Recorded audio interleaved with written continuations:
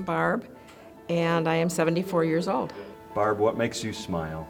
My grandchildren make me smile. What's the most interesting fact about you? So I worked at a long-term residential treatment center for adolescents who had pervasive developmental disorders. So they liked the way I was interacting with the younger kids who are very sensitive boundaries. And they said, well, you're a bit older, you've had a family, and we don't let social workers work with these kids, but we're going to let you work with them. I felt really very privileged to work with these kids. Have you ever seen or experienced something that you would consider supernatural? My brother died young, and I was very close to him. And I woke up in the middle of the night, and I actually saw him standing at the end of my bed. Didn't say anything, but I knew it was him. Who's the person that has influenced your life the most? My mother. She was pretty much ahead of her time, and my mother's values that she passed on to us were education, get yourself a good job so you have enough money to live on and extra, and get to know the right people.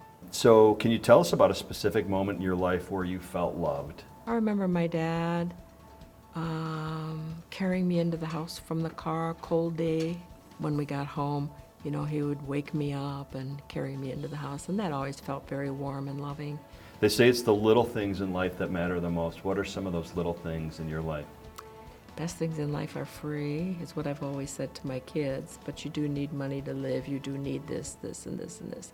I love to stop, like I would always stop in the fall and get out of my car, just park the car wherever I was and get out and stand under a tree that is so colorful it blows your mind.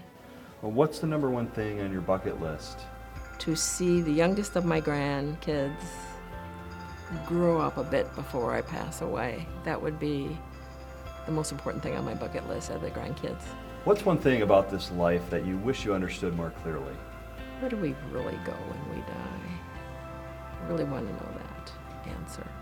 What can we do to reduce hatred and prejudice in this world? Accept people for the direction that they need to go with their life. And you know something, I grew up in the 50s. It was a very naive decade. So people who are, for me, in my decade, who are gay, lesbians, people who look different, let people be who they are. You know, they're contributors of society in one way or another, whatever that might be. If you could share some words of wisdom with every young person on the planet, what might you say? Well, I'll tell you. I was in a store, small store, some technological stuff was in it, and I said something about, because I was telling people, oh, we're married 50 years, yay. What can you tell us about being married 50 years?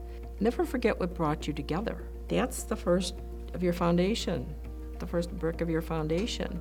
And keep the foundation going, because let me tell you something. You're two different people. You grew up differently. Your parenting styles are going to be different. And everything about both of you is going to clash sometime or other. Deal with it. Mm-hmm. Deal with it. Because you know what? You aren't going to find anything any different out there. No. You're going to go right back to the same type person. In your opinion, what is the meaning of this life? Pay attention to the person that models for you. Really the funnest, best, most depth of life way to live is to live in a way that is as healthy as you can. Don't make it boring, you know, but healthy. And model for others your life.